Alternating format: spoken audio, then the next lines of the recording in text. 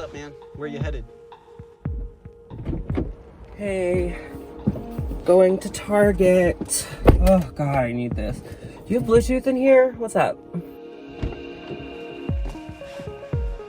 How's it going, man? Listen, we gotta get to In-N-Out. I have this really, really hot Tinder date.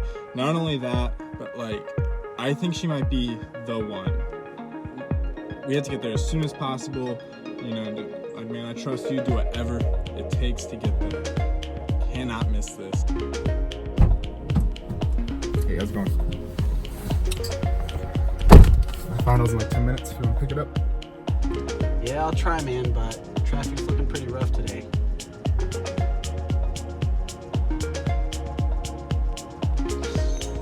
I'm gonna be late for my exam. It's in 10 minutes. Am I trying to beat my classmate? He's taking Uber. I see him getting in now.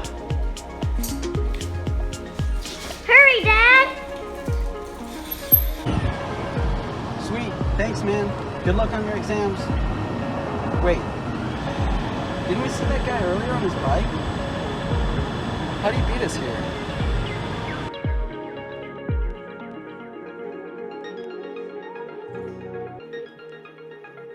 On a micro level, stakeholders like commuters can make conscious choices, like taking a different route to work, or carpooling with coworkers as a way to mitigate congestion during peak driving hours.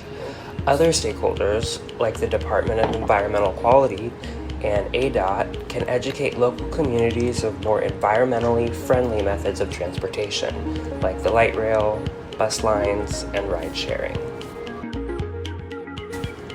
Looking at the problem from a larger scale, primary stakeholders should reduce the number of vehicles on the road by increasing funding for the development of public transit and initiatives that stimulate the interest of locals, like complete streets. At the risk of low walking scores and degrading public transit, the state of Arizona is set to increase the population by 1.4% this year alone. It's crucial for all stakeholders to be a part of reducing traffic in Phoenix in a sustainable way so that Phoenix can thrive in the future. So there are three main indicators involved in our problem of traffic congestion in Phoenix, along with three different domains that they represent. Environmentally, we see CO2 emissions, which we measure with FC, or fuel combustion. Social, we see an effect on public health and safety, as well as child development, which we see in verbal and nonverbal IQ scores.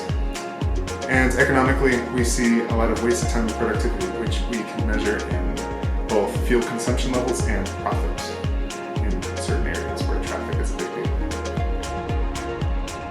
deal. So as you can see, traffic congestion is a real day-to-day problem that we all face.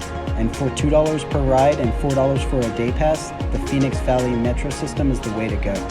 By encouraging the use of public transportation, we can get more vehicles off the roadways, which will clear up traffic congestion, lower the CO2 emission levels, and combat the urban heat island effect at the same time. Vehicles are the main culprit of traffic congestion and transportation emissions. Therefore, we need to promote the use of Valley Metro, walking, and biking. This will be a monumental social barrier that needs to be overcome.